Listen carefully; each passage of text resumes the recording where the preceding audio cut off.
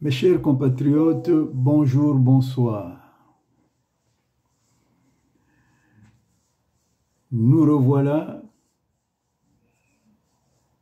pour notre rendez-vous de la lecture des publications du Nzoïsme.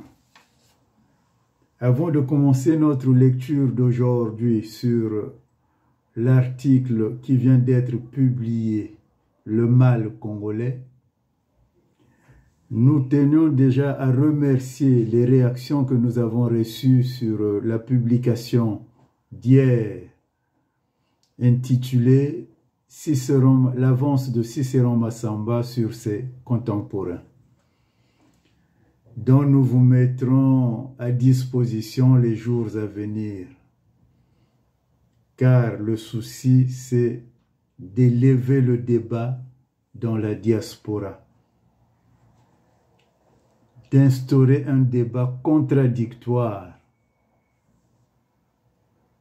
dans la diaspora militante, afin que nous arrivions à faire jaillir la lumière et que nous sortions dans les débats à charge que nous avons toujours contre le pouvoir de Brazzaville. Certes, c'est un pouvoir qui doit partir, mais nous devrons montrer à ceux dont on appelle que nous traitons des incompétents qu'on est capable de faire la politique autrement.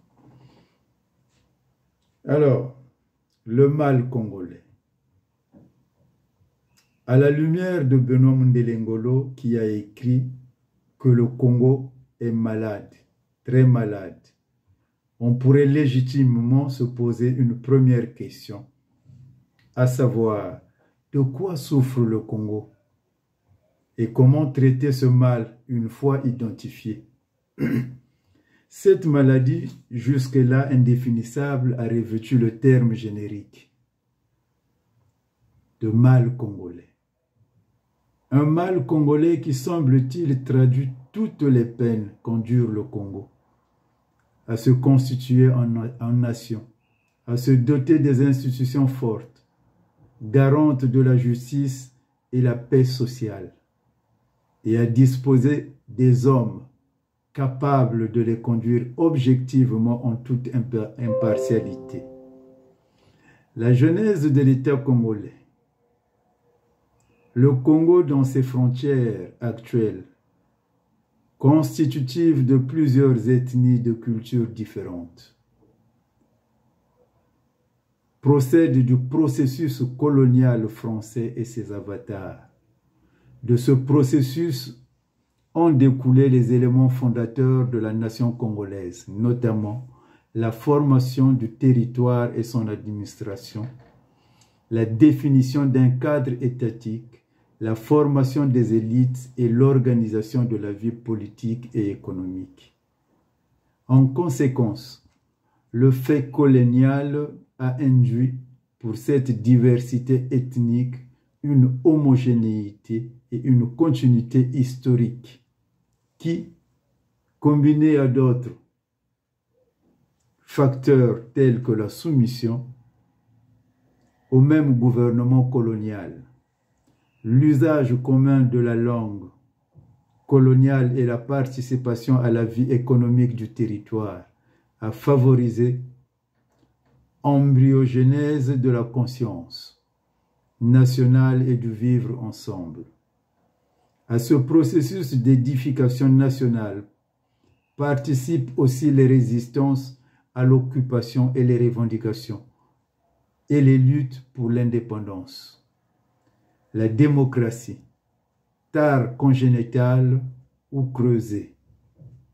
Outre le cadre étatique, le mode de gouvernement, à savoir le multipartisme démocratique à l'orée des années 60, fut également un héritage de la colonisation. Ainsi, il incombait aux légataires de ce cadre la tâche de conduire les destinées du pays. Seulement les joutes électorales sur fond de manipulation politique à l'orée des indépendances avait réveillé les inimitiés tribales allant jusqu'à menacer les fondements de la République naissante. C'est sur ce greffe que se cristalliseront les 60 ans d'histoire politique, chargés de tristes et douloureuses épreuves, symptomatiques du mal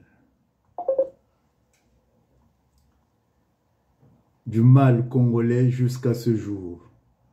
Si jusque-là l'intangibilité des frontières, l'unicité du territoire ou l'indivisibilité de la République sont acquises, bien malgré l'émergence de groupuscules sécessionnistes au sein de la diaspora congolaise de France. Le processus d'édification nationale achoppe toujours sur la question institutionnelle. Quelle institution pourrait parvenir à garantir la paix civile et la concorde nationale? Depuis son accès à l'indépendance, le Congo s'est essayé au monopartisme et au multipartisme sans succès. Si la révocation du monopartisme et l'adoption de la démocratie et du multipartisme comme principe de gouvernement acté par la déclaration finale du Congrès extraordinaire du PCT du 10 décembre 1990 et entériné par les conclusions de la Conférence nationale souveraine de 1991 sont devenus inaliénables et intangibles. Il reste à définir le contenu et les règles devant régir cette démocratie et garantir son bon fonctionnement. Dans les faits, partant de la Conférence nationale souveraine, toutes les constitutions abrogées et adoptées jusque-là, à défaut de faire l'unanimité, n'ont ni servi de barrière à l'émergence d'une oligarchie tribale, ni permis au pays de recouvrir un climat politique apaisé. Faiblesse juridique et fiabilité des hommes d'État, au gré des opportunistes et sur fond de violence, on a assisté tour à tour à des allers-retours entre les régimes semi-parlementaires et présidentiels sans qu'on ne sache réellement lequel sied exactement à la réalité sociale et culturelle du Congo.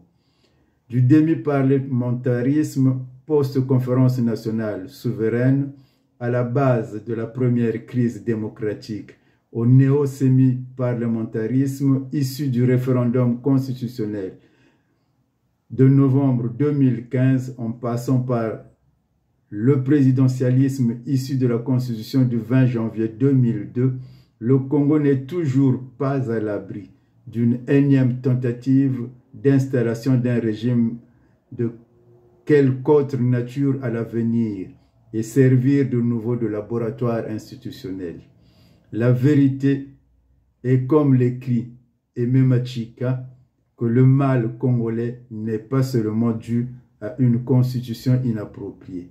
Si pour ce dernier, le mal est alimenté par trop de politique, mal dont il attribue la cause à 15 greffes ou contentieux, il n'a pas manqué de souligner que ces greffes relevaient des mauvais choix opérés par les leaders politiques, responsables des guerres civiles et de leurs effets collatéraux. Dans cette même quête, Sylvestre Souka pointait quant à lui la responsabilité de la jeunesse à l'aune des indépendances. Idem pour le journaliste Émile Gakama qui dresse le même constat et met en évidence les erreurs d'une jeunesse qui a raté l'occasion de briller lors de la conférence nationale souveraine à l'issue de laquelle le pays est retombé dans ses travers malgré les objectifs qu'elle s'était fixés et les retombées positives qu'on attendait d'elle. En somme, le mal congolais découle de la faillite de l'unité de l'élite politique. la septicémie de la politique congolaise, le manque de sursaut et de volonté politique commune, l'absence d'éthique et de probité sont très caractéristiques au sein de l'élite politique. Le mal congolais se relève comme une affection généralisée qui touche tous les organes devant assurer la vitalité démocratique et économique du pays. Les institutions aux hommes. Cette faillite s'est révélée également dans toutes les tentatives de transformation de l'homme congolais. À travers les changements institutionnels intervenus au cours de l'histoire, véritable aubaine, et ce, en dépit d'une succession de générations. On notera l'échec de l'émergence du véritable socialiste congolais initié en 1963, couplé à celui du nouveau démocrate amorcé en 1991. L'incubation du germe de l'incorrigibilité. Ces échecs traduisent également l'incorrigibilité régnante dans l'espace politique congolais. Ce trait de caractère est maintenu par la transmissibilité générationnelle, savamment entretenue par les hommes politiques, les haines et frustrations accumulées depuis les premières joutes électorales à l'orée de l'indépendance.